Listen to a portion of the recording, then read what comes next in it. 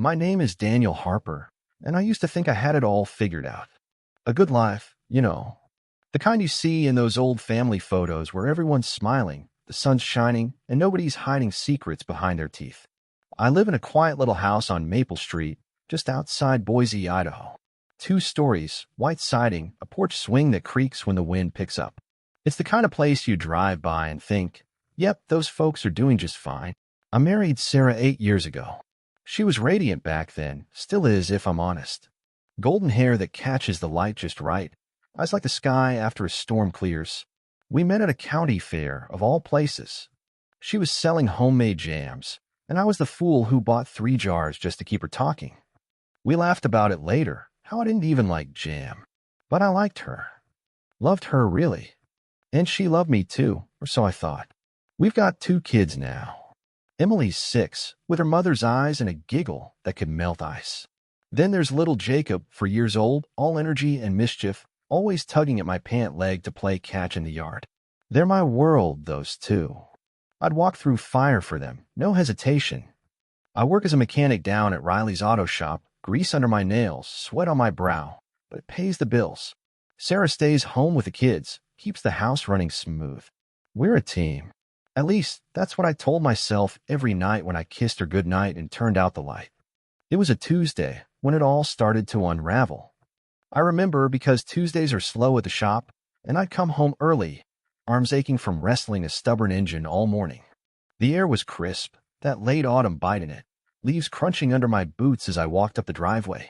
The house smelled like cinnamon. Sarah must have been baking again.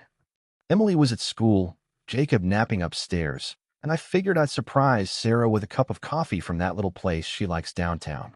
Quietly, I kicked off my boots by the door, hung my jacket on the hook, and padded into the kitchen. She wasn't there. The oven was warm, a tray of muffins cooling on the counter, but Sarah was gone. I tilted my head, listening. A murmur drifted from the living room, soft, like she didn't want to be heard. I smiled to myself. Probably chatting with her sister, Lisa, about Christmas plans or some neighborhood gossip. I stepped closer, thinking I'd sneak up and wrap my arms around her, make her jump a little like I used to when we were younger. But then I stopped. Something in her voice, it wasn't right. Low, urgent, almost secretive. My stomach twisted, just a flicker of unease, but I brushed it off. I'm not the suspicious type. Never have been. I took another step, the floorboard creaking under my weight, and that's when I heard it. Not the words, not yet, but the tone. The kind of tone you don't use with your sister. Or your husband. I froze, my hand resting on the wall, my heart thudding a little louder than it should have. What was she saying? Who was she talking to? I didn't know it then, but that moment, that quiet, cinnamon-scented moment, was the last time I'd ever feel like the man I thought I was. I stood there, rooted to the spot, my hand still pressed against the cool plaster of the wall. The living room was just around the corner, and Sarah's voice floated toward me, soft but sharp-edged, like a blade wrapped in velvet. I couldn't make out the words yet, not all of them, but the rhythm of her speech, it was off. Too fast, too hushed. My mind scrambled for an explanation. Maybe she was planning something for the kids, a surprise party or a trip. She'd always been good at keeping little secrets like that, her eyes sparkling with mischief when she thought she'd pulled one over on me. But this didn't feel like that. No, this felt a heavier. I took a slow breath, the cinnamon in the air suddenly cloying, sticking in my throat.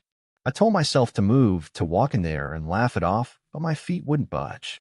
It was like my body knew something my brain didn't want to admit. I shook my head, ridiculous, Daniel, you're being ridiculous, and forced myself forward, one quiet step at a time. The living room came into view. Sarah was on the couch, her back to me, one leg tucked under her like she always sat when she was deep in thought. Her phone was pressed to her ear, her free hand twisting a strand of that golden hair around her finger. She didn't hear me, didn't sense me standing there in the doorway. I opened my mouth to say something. Hey, honey, I'm home early. But the words died when I caught a snatch of her conversation.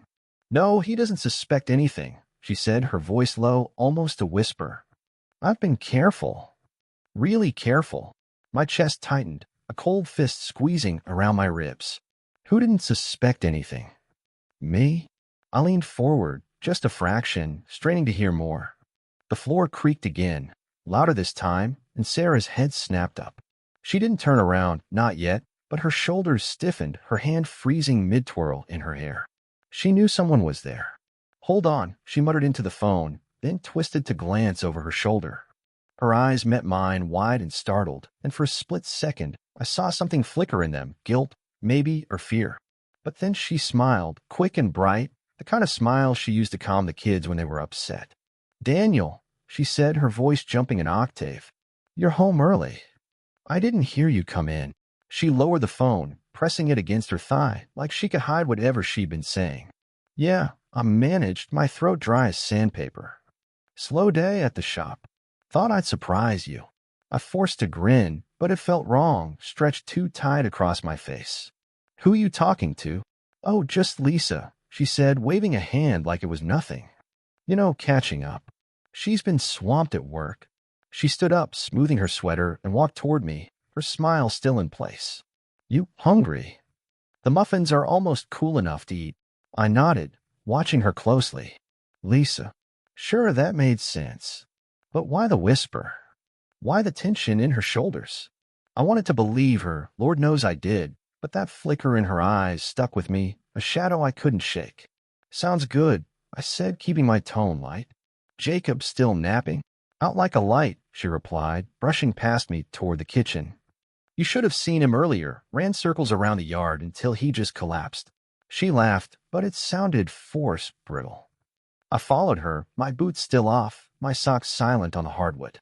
She chattered on about Jacob, about Emily's spelling test, about the neighbor's dog digging up their flower bed again. Normal stuff. Everyday stuff. But my mind kept circling back to that phone call, to the way she'd said, "He doesn't suspect anything." Was I overthinking it? Maybe. Probably. I'd always trusted Sarah, hadn't I?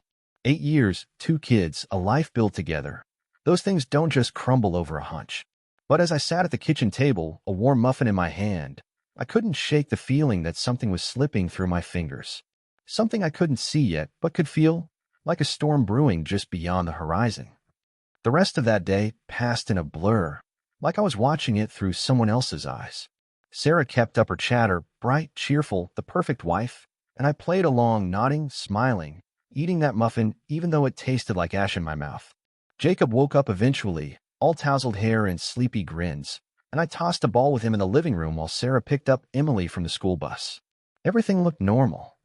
Felt normal, almost. But that shadow in my gut, it wouldn't leave. It sat there, heavy and cold, whispering questions I didn't want to answer. Night came, and with it, a restless quiet. The kids were tucked in, their little snores drifting down the hall. Sarah kissed me good night, her lips soft against mine, and rolled over to her side of the bed. I lay there, staring at the ceiling, the glow of the streetlight sneaking through the blinds. Sleep wouldn't come. My mind kept replaying her words. "He doesn't suspect anything," over and over, like a broken record. I told myself it was nothing. I told myself I was being a fool. But telling yourself something doesn't make it true. Around midnight, I heard it, the faint buzz of her phone vibrating on the nightstand. My eyes flicked open. Sarah stirred, just a little, then slipped out of bed, silent as a ghost. She grabbed the phone and padded out of the room, closing the door behind her with a soft click. My heart thudded, loud in the stillness. Why the secrecy? Why now? I waited a beat too, then slid out of bed myself, my bare feet cold against the floor. I had to know. I had to. The hallway was dark, but a sliver of light spilled from under the bathroom door. I crept closer, holding my breath, my pulse hammering in my ears. Her voice came through, muffled but clear enough, and this time I didn't miss a word. "I'm pregnant," she said, her tone soft, almost tender. "I'm glad this child is yours. I've been so scared he'd figure it out, but no, he's clueless. Still the same old Daniel." The world tilted. My knees buckled, and I caught myself against the wall, my fingers digging into the paint. Pregnant. She was pregnant. We hadn't a knot in months. Not since that night after Emily's birthday, and even then, it had been quick routine. My mind raced, doing the math, clawing for sense, but it didn't add up. And then, "This child is yours. Not mine. Someone else's. Hers and his." I pressed my forehead to the wall, the wood cool against my skin, and listened as she kept talking. I love you, Mark. I do. We'll figure this out, I promise. Mark. Mark Tanner, I bet her old high school friend, the one she'd started meeting up with again for coffee these past few months. The one she'd laughed off when I'd asked about him, saying, "Oh, Daniel, don't be silly. He's just a friend. A friend. A friend who'd given her a child." My chest burned, raw, jagged aches spreading through me. 8 years. 2 kids. A home, a life, and she'd thrown it all away for him. For Mark. I wanted to barge in, rip the phone from her hand, demand answers. But I didn't. I couldn't. Not yet. I slid back to the bedroom, climbed into bed, and pulled the covers up, my hands shaking, my breath shallow. She came back a few minutes later, slipping in beside me like nothing had happened. "You awake?" she whispered, her voice sweet, innocent. I didn't answer. I couldn't.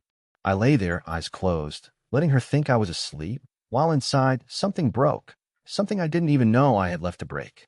The man I'd been died that night. The husband, the father, the fool who trusted her. What was left? I didn't know yet.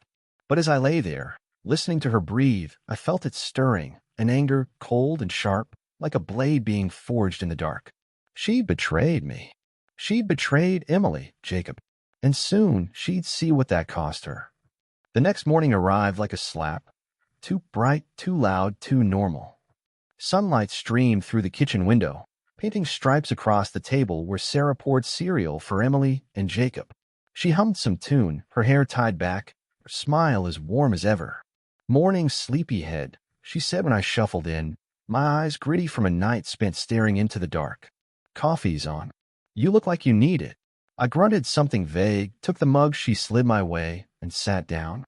Emily chattered about her spelling test. Jacob banged his spoon against his bowl, and Sarah laughed, like carefree, like she hadn't ripped my world apart just hours ago.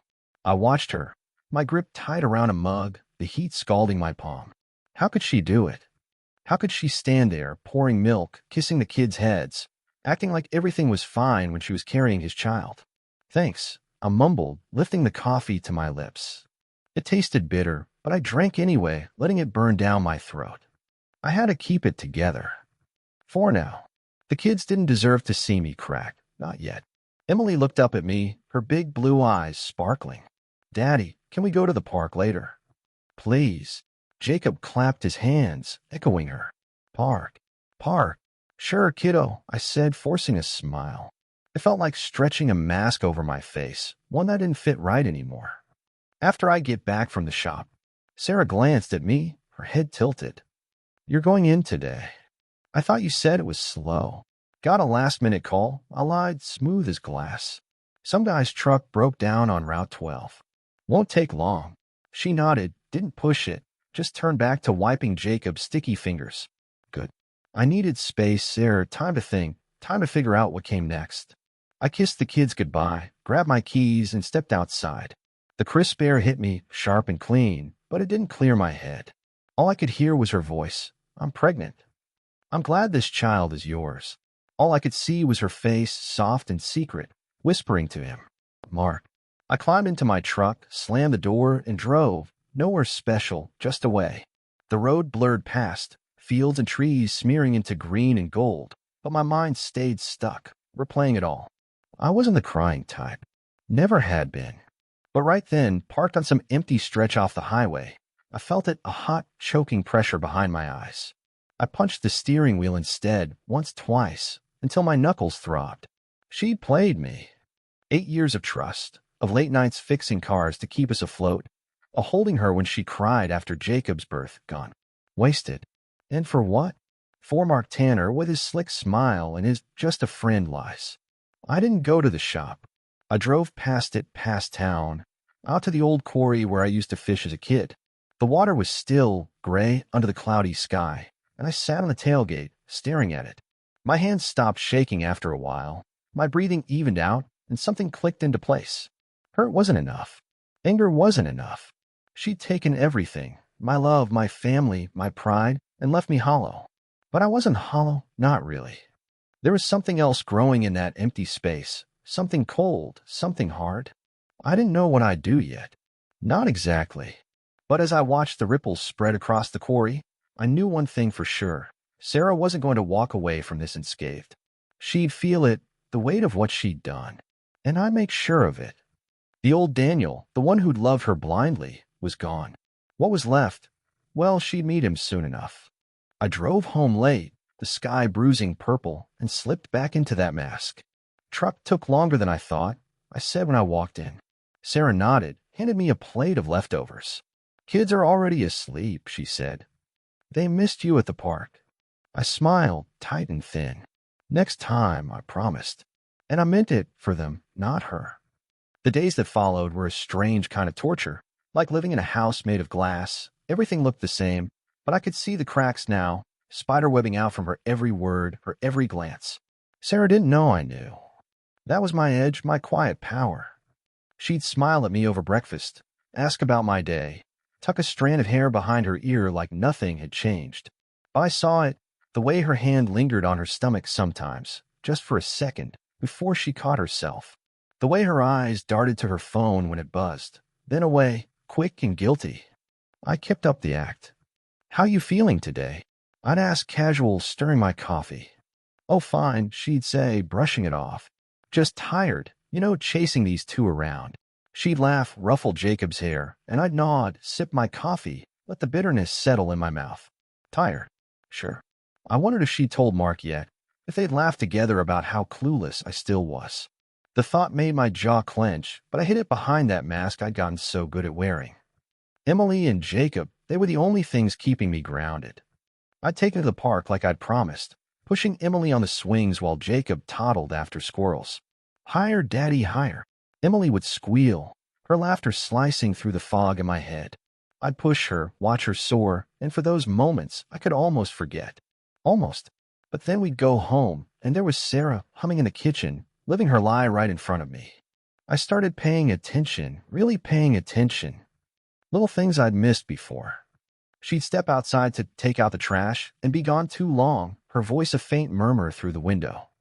She'd lock her phone screen when I walked into the room, tuck it under a magazine like I wouldn't notice.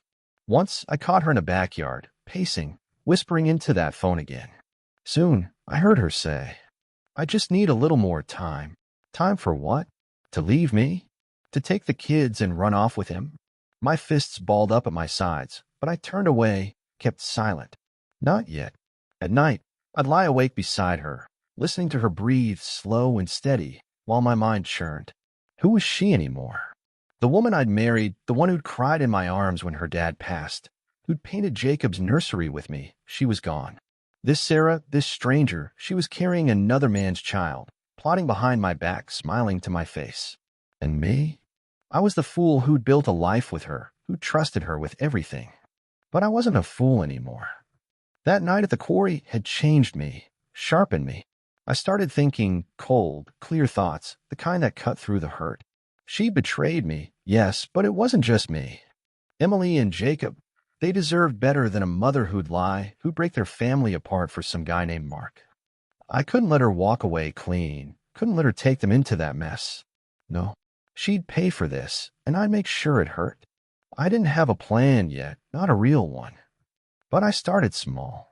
I took her car keys one morning, said I'd check the oil before she ran errands. She didn't blink, just handed them over with a thanks, hon. I drove it to the shop, popped the hood, and while I was at it, I checked her glove box. Receipts, gum wrappers, and a folded note. My hand stilled as I opened it. Meet me at the diner, 3 p.m. Thursday. Can't wait to see you. Thursday. Tomorrow. I tucked the note back, finished the oil, and drove home, my mind buzzing. She'd be meeting him. Tomorrow, 3 p.m. I could follow her, catch her in the act, confront them both, but no. That was too easy, too loud. I wanted something slower, something that'd hit her where it hurt most. I handed her the keys, smiled, said, all good. She smiled back, oblivious.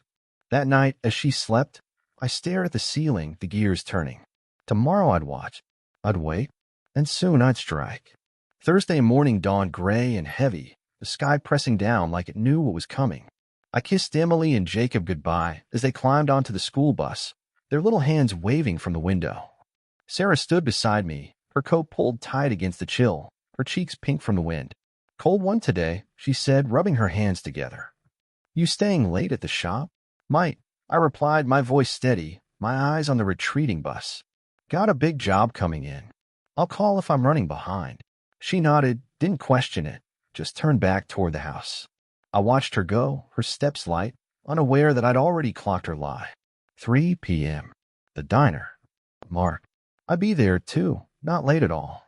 I drove to the shop like usual, wrench in hand, grease on my shirt, playing the part. But my mind wasn't on the engines. At noon, I told Riley I had to run an errand, grabbed my truck, and headed for Elm Street.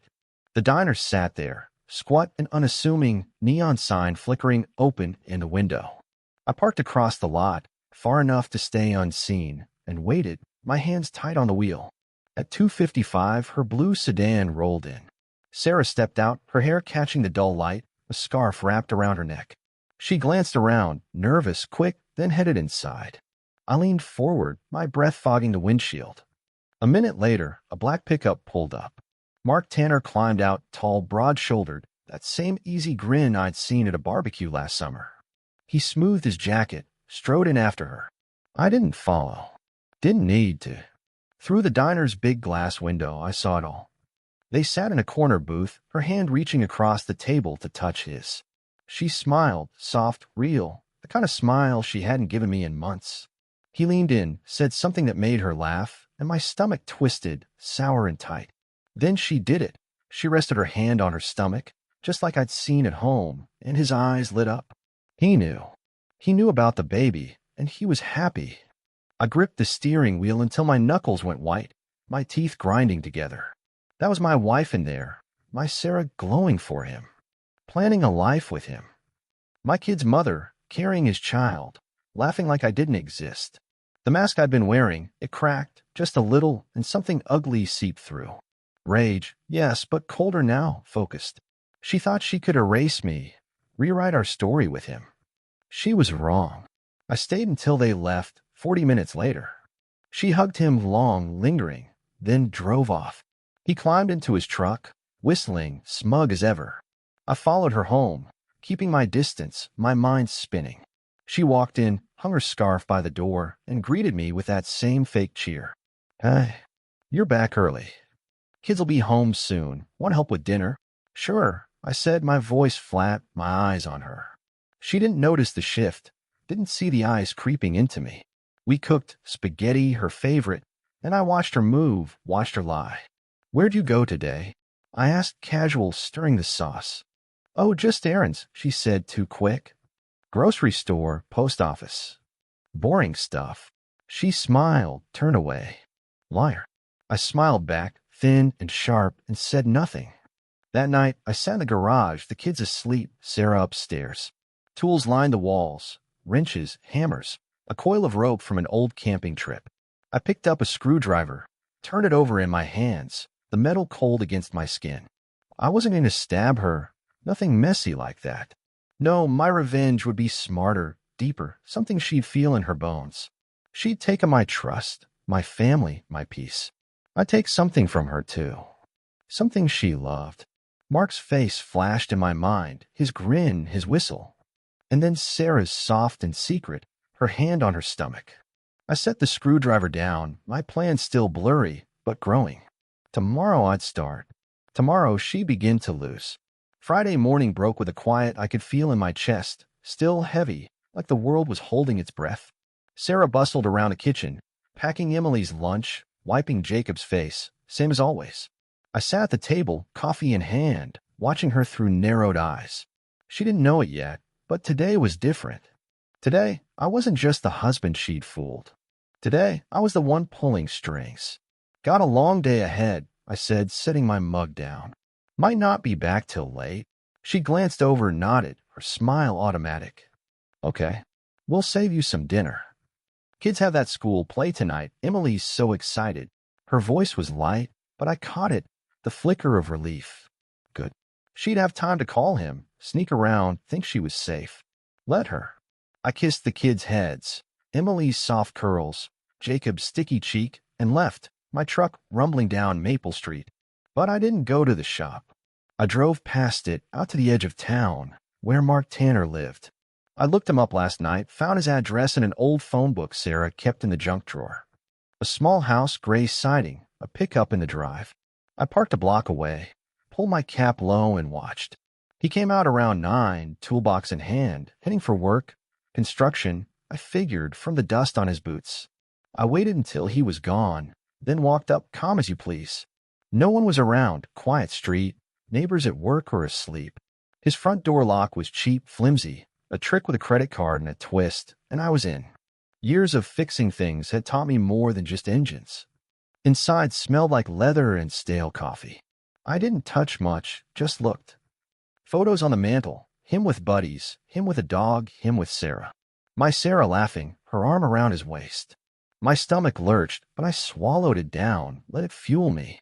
On the kitchen counter, a note in her handwriting. Miss you. See you soon. I stared at it, my hands steady now, my mind clear. I started small. His phone charger. I unplugged it, frayed the cord with a pocket knife, left it looking worn. His work boots by the door. I loosened the laces, scuffed the soles with a rock from outside. Little things, subtle, but they trip him up, slow him down. Then I found his toolbox, pry bars, nails, a hammer. I took a small wrench, slipped it into my pocket. Not enough to notice right away, but enough to annoy him later. Chaos bit by bit. Before I left, I opened his fridge. A 6-pack of beer sat there, half gone. I popped one, poured it down the sink, crushed the can, and tossed it in the trash. A message, even if he wouldn't get it yet. I locked the door behind me, walked back to my truck, and drove off. Step 1. At home that night, Sarah was all smiles. The play was adorable. Emily remembered every line, she said, handing me a plate of chicken. I nodded, ate, kept my face blank. Good, I said. Glad they had fun.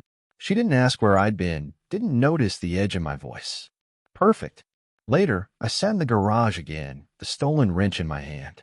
I turned it over, felt its weight. Mark was just the start. Sarah was next. I'd hit her where it hurt most, her lies, her secrets, her precious little world with him. I called the shop, left a message for Riley. Need a few days off. Family stuff. He'd buy it. Then I dialed another number, one I hadn't used in years. Tommy, an old buddy who owed me a favor, picked up. Dan? Been a while, man. What's up? His voice was rough, familiar. Need your help, I said, low and firm. Something quiet. Can you dig into someone for me? Guy named Mark Tanner.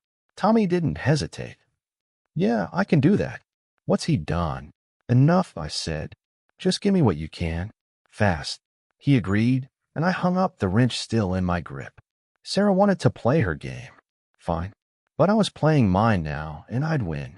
The weekend came, and I let it play out, normal, routine, a family man on the surface. Saturday morning, I took Emily and Jacob to the backyard, raking leaves into piles they could jump in. Their laughter rang out, high and bright, cutting through the frost in the air. Sarah watched from the porch, a mug of tea in her hands, smiling like she belonged in that picture.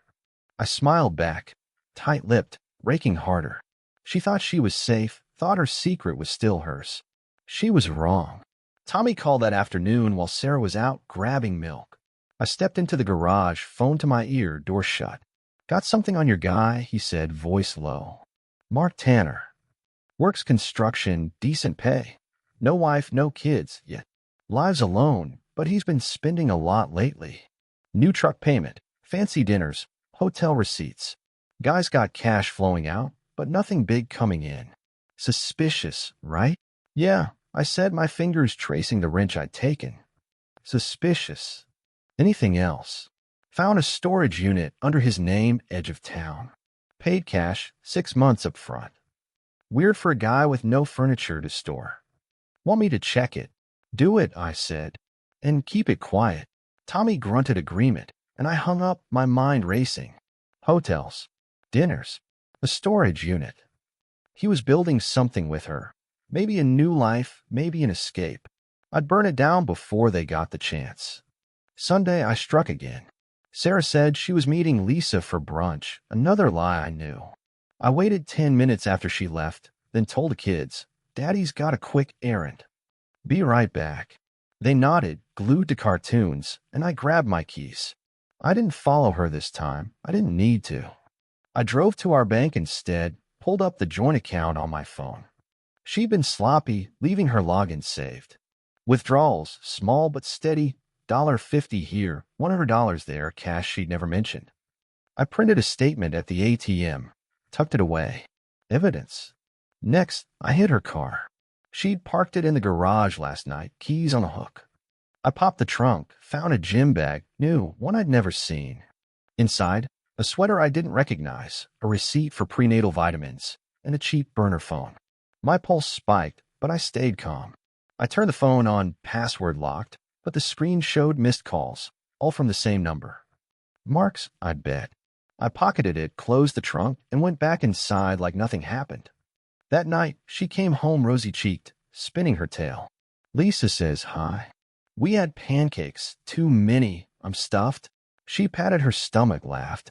I stared at her, the lie so easy on her lips, and felt that cold thing inside me grow. Good, I said, voice flat. Glad you had fun. She didn't catch the edge. She never did anymore. Monday, I called in sick to the shop, waited till she took Jacob to preschool and Emily to the bus. Then I went to work. Her laptop sat on the kitchen counter, unlocked. She'd been careless again. I scrolled her emails, found a thread with Mark, buried in a folder labeled recipes. Can't wait for us, he'd written. Soon, baby, she'd replied. I forwarded it all to myself, deleted the sent copies, cleared the trash. Then I planted my first real blow. She loved that scarf, blue, soft, the one she'd worn to the diner. I took it from the hook, drove to the quarry, and burned it. The flames licked up, slow at first, then fierce, the fabric curling into ash. I watched it go, my face blank, my heart steady. When it was done, I scattered the remains in the wind, drove home, and hung an old coat in its place. She'd notice eventually, maybe not today, maybe not tomorrow, but when she did, she'd wonder. She'd doubt. Back home, I cooked dinner, meatloaf, her favorite. She walked in, kissed my cheek, said, "Smells amazing, hon." I smiled, handed her a plate. "Made it for you," I said, and she beamed, oblivious. The kids ate, laughed, and I watched her cross the table, eating my food, wearing my ring, living my lie. She thought she'd won. She hadn't. This was just the beginning. Monday morning, I called in sick to the shop, coughed into the phone, told Riley I'd caught something. He grumbled, but let it slide. Sarah didn't question it either, just kissed my forehead, said, "Rest up," and left to drop the kids at school. I waited until her car disappeared down the street, then got to work. First, I raided her closet. Behind her dresses, tucked in a shoebox, I found more envelopes with cash, a note from Mark, for us. Soon, my lips curled, not a smile, just a reflex. I took half the cash, $300, left the rest like I hadn't been there. She'd notice eventually, wonder, but she wouldn't ask me. Couldn't. I pocketed it, moved on. Next, her phone, the real one, not the burner. She'd left it charging by the sink, screen unlocked while it updated. I scrolled fast, text to Lisa, that didn't sound like Lisa. Meet me at 2. Love you. I forwarded them to my number, deleted the traces, set it back down. Then I called the electric company, used her name, canceled a payment she'd scheduled. A little chaos, lights flickering off soon, her scrambling to fix it. Tommy rang at noon. "Check that storage unit," he said, voice tense. Locked tight, but I talked to the manager. "Mark's been in and out, moving stuff, furniture, bags, baby stuff. Looks like he's setting up a place." "You good, Dan?" "Good enough," I said, my tone flat. "Thanks, Tommy." "Oh, you won." I hung up, stared at the wall. Baby stuff. They were building a nest, planning to take my kids, my life, and start over. The cold in me solidified, sharp as steel. That afternoon, I drove to Mark's job site, saw him through the fence, hauling lumber, laughing with the crew. I waited until his break, watched him check his phone, frown, tap out a message. Probably her, wondering why her car wouldn't start. I'd heard it sputter when she got back, heard her mutter about it. I smirked, then drove to the diner on Elm Street. Not to confront, just to plant a seed. I slipped a note under his truck's wiper. "She's lying to you too. Check her bag." And signed vague, enough to gnaw at him. Back home, Sarah was flustered. Car trouble, a call from the power company, money missing from her stash. "Everything's falling apart today," she sighed, rubbing her temples. I shrugged, handed her a glass of water. "Bad luck?" I said, my voice smooth, my eyes hard. She didn't see it, didn't see me. That night, I heard her on the burner phone, whispering in the bathroom. Something's wrong, Mark. I don't know he's acting normal, but her voice shook. Good. Let her squirm. Let him doubt. I turned over, closed my eyes, and planned the final blow. Tomorrow, I'd end it, her lies, their future, all of it. Tuesday morning, I woke before the sun, the house silent except for the faint hum of the fridge. Sarah slept beside me, her face peaceful, her secrets tucked away behind closed eyes. I slid out of bed, dressed in the dark, jeans, jacket, boots, and grabbed the wrench I'd taken from Mark's place. It felt right in my hand, heavy, final. Today, it ended. I left a note on the counter, gone to the shop early. Kids need lunch money, left it in the jar. Normal, routine, enough to keep her off guard. She'd find the jar empty later, another twist of the knife. I drove to Mark's house first, parked a street over, and waited. He stumbled out at 6:30, bleary-eyed, truck keys jangling. That note I'd left on his windshield, it had worked. His jaw was tight, his steps quick, like a man unraveling. Perfect. I followed him, keeping my distance, until he hit the construction site. I didn't stop there. I drove to the storage unit Tommy had scoped. Edge of town, rusted gates, no cameras. The lock was a joke, a twist of wire from my toolbox, and I was in. Inside, a crib, boxes of clothes, a stack of cash, their future, laid out like a taunt. I didn't burn it, didn't smash it. I took the cash $2,000, maybe more, slipped it into my jacket and rearranged the rest. A crib leg loosened, a box tipped over, subtle chaos. Then I locked it back up, left it waiting. Next, Sarah.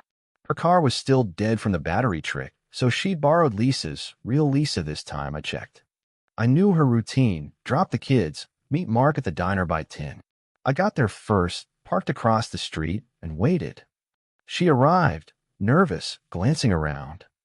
Mark pulled in minutes later, his face stormy. They went inside, sat by the window again, her pleading, him gesturing sharp and angry. The note had done its job. He didn't trust her anymore. I didn't watch long. I drove home, calm, methodical. The kids were at school, the house empty. I went to the garage, grabbed a can of spray paint from an old project, Black Stark.